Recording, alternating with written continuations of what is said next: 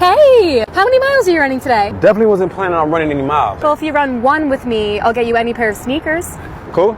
Let's do it. What's up, y'all? It's Jason Derulo. I'm from Miami, Florida. I'm such a big fan. Did somebody break your heart? I love you. So nice to meet you, darling. So cute. What is it like being such a generational celebrity? It's really incredible. And when I was on tour and I would look out into the audience, I would see grandmothers and grandfathers, and I just feel so blessed. You know, a lot of people don't get to do it this long, and the fact that I get to live my dream, it's a pretty incredible thing for real. When did you get into the music industry? How old were you? When I was 18 years old, I released my first song. And before you released your first song, you were writing music, right, for artists? I was, yeah. When I was 16, I got my first writing placement. It got me into the industry. I didn't know what the path was going to be, so every opportunity that came my way, never said no. Do you remember your I made it moment? I feel like I've had a lot of those. I call them the pinch yourself moments. My first song went to #1, right? And I was like, crazy. What song was that? That was What You Say. From there, you know, I put my head down and it was like, what's the next song? You know, I didn't even get the chance to smell the roses. And now it's just about having a good time, having fun,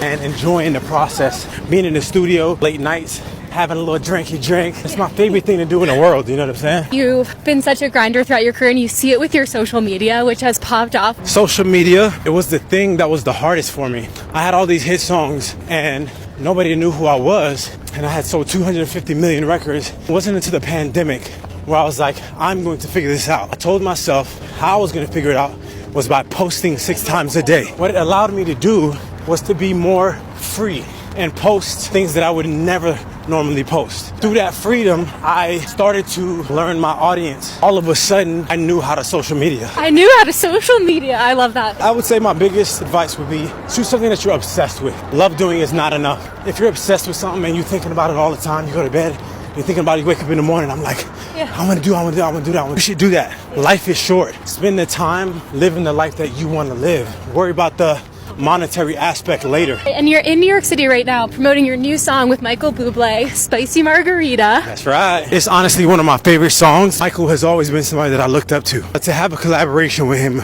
is unbelievable for me. How did that collaboration come to be? I've known Michael for 13 years now. The skeleton of Spicy Margarita, which you hear today, I sent it to him and he was like, Jason, you're a genius. And he went in and did his thing, and I think it's a really special song. We actually shot the video in Vegas at the Voltaire Venetian, which I think is pretty incredible. But also, I'm doing a residency at that same exact place. Right, so you've got some shows coming up. Yeah, damn, I'm out of breath. Only got one stretch left. Wrapping it up, we're almost at a mile. I've got 2 final questions for you. The first is, what is a quote or motto that you live by? Work hard, play hard. Damn. Final question for you. Who do you challenge to run with me next? I'd love to see Kevin Hart run with you next. I would love to see that too. Kevin, it's on. High five. You ran the entire time with us. You're Jason's bodyguard. How was it? Light work. We're used to this. I ain't gonna lie, the thing that burns the most right now are my calves.